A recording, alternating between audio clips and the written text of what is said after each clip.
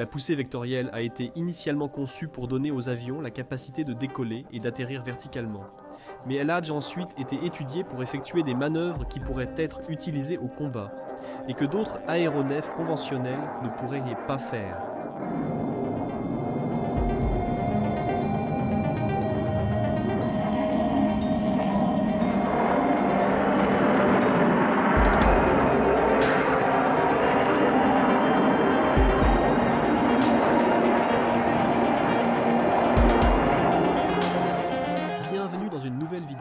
Où je vais essayer d'expliquer comment fonctionne la poussée vectorielle, et je vais vous raconter un peu l'histoire et le développement de ces systèmes.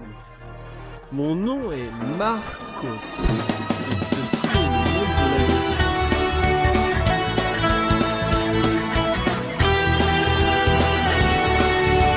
Si vous cherchez la définition de la poussée, vous allez trouver ceci.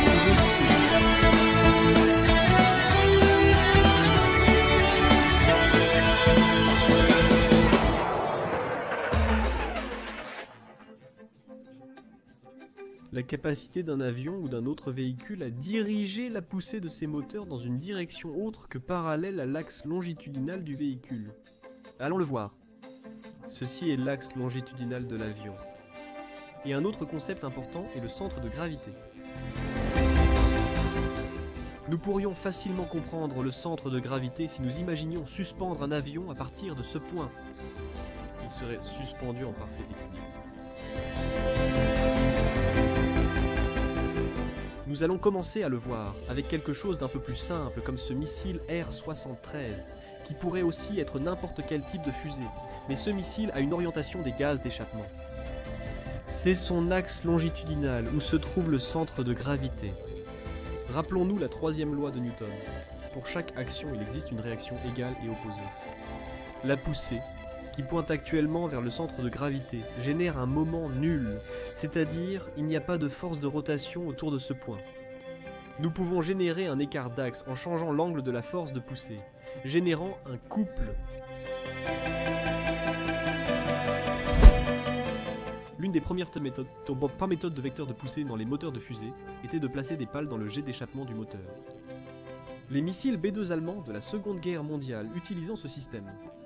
En revanche, les fusées les plus récentes à propulsion liquide déplacent toute la chambre de combustion et la cloche extérieure du moteur.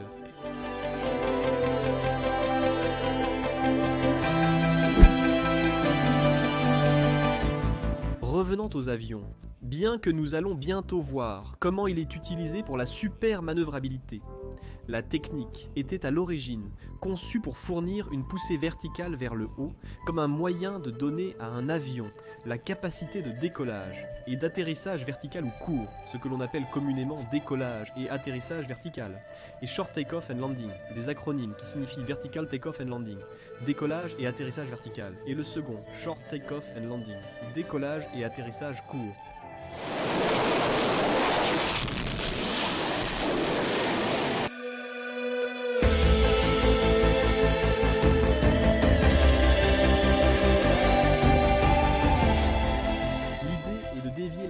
D'environ 90 degrés vers le bas pour générer la force nécessaire pour soulever l'avion vers le haut.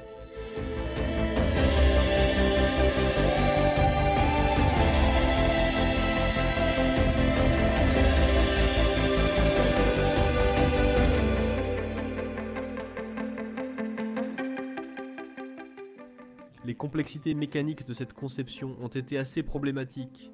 Et il existe de nombreux exemples de différentes nations qui ont essayé de développer des avions avec ces caractéristiques.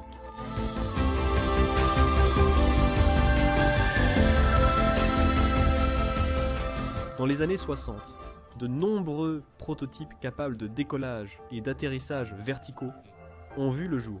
Mais le seul véritablement réussi de cette époque, qui a fini par être produit en série, a été la première génération de la série Harrier, de la société Hawker Siddeley. Puis British Aerospace Company. Ayant autant de succès en tant qu'avion embarqué, les États-Unis l'ont également amélioré, donnant naissance à l'AB-8B Harrier II, construit par McDonnell Douglas. Tous ces avions avaient pour précurseur le démonstrateur expérimental Hawker Siddeley B-11-27, qui a volé pour la première fois en novembre 1960.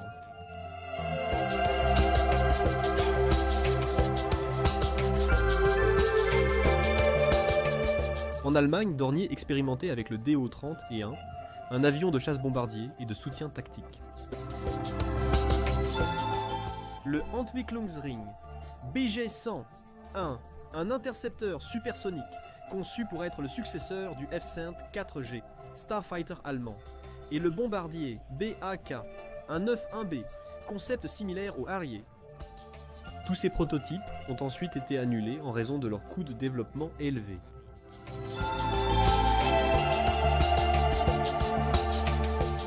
En France, l'une des tentatives a été le Dassault Balzac, un dérivé du Mirage 3, qui avait incorporé 8 petits turboréacteurs dans le fuselage, en plus du moteur principal. Certes, il n'avait pas de poussée vectorielle, mais il mérite d'être cité. Les Allemands, les Britanniques et les Français répondaient à une demande de l'Organisation du traité de l'Atlantique Nord pour avoir un avion de combat à réaction décollage et atterrissage vertical dans les années 60.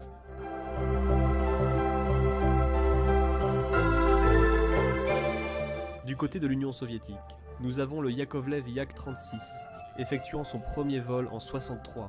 C'était un démonstrateur de ce type de technologie qui a ensuite été appliqué sur le Yak-38, un avion embarqué qui est entré en production. Le Yak-40 et un ou 141 était un autre développement, mais cette fois d'un avion supersonique dont 4 prototypes ont été fabriqués.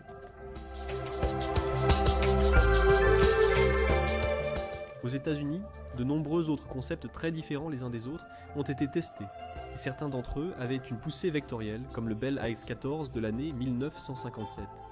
Le curieux Ryan.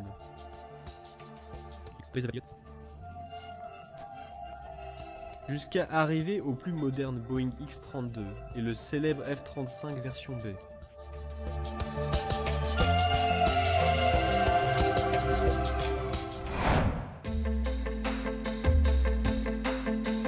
Et, en ce qui concerne les tableaux de poussée vectorielle, pour la super manœuvrabilité, ceux-ci ont un avantage, car les avions plus normaux ne disposent que des surfaces de contrôle conventionnelles, comme les ailerons et le gouvernail de profondeur.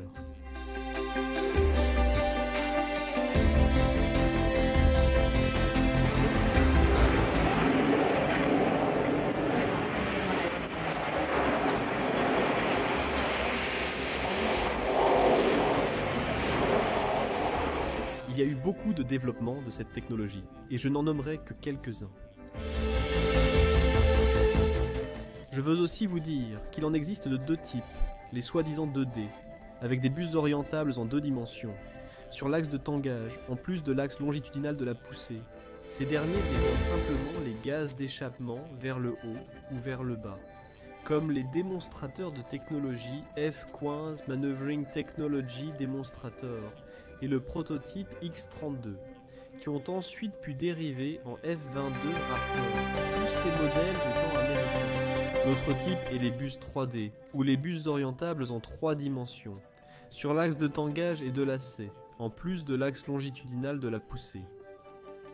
Ils dévient les gaz d'échappement vers le haut, le bas et les côtés.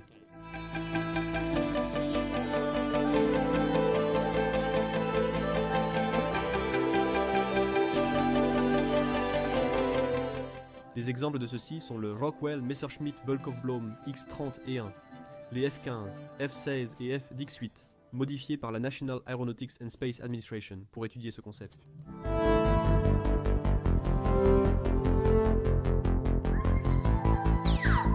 Et les avions russes, Mikoyan MiG-29 ou BT, précurseurs des Sukhoi Su-35BM et Su-37, ainsi que les Su-57 entre autres.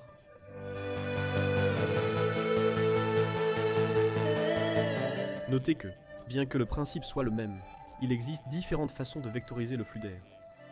Ceux du X-31, du F-22 Raptor ou du Su-35 ne sont pas les mêmes. J'espère que vous avez aimé. Si c'est le cas, laissez un j'aime et un commentaire. Ces vidéos prennent beaucoup de jours, beaucoup d'heures de travail, donc si vous voulez soutenir financièrement cet effort, vous avez les moyens PayPal et Patreon pour le faire. Jusqu'à une nouvelle livraison. Monde de l'aviation.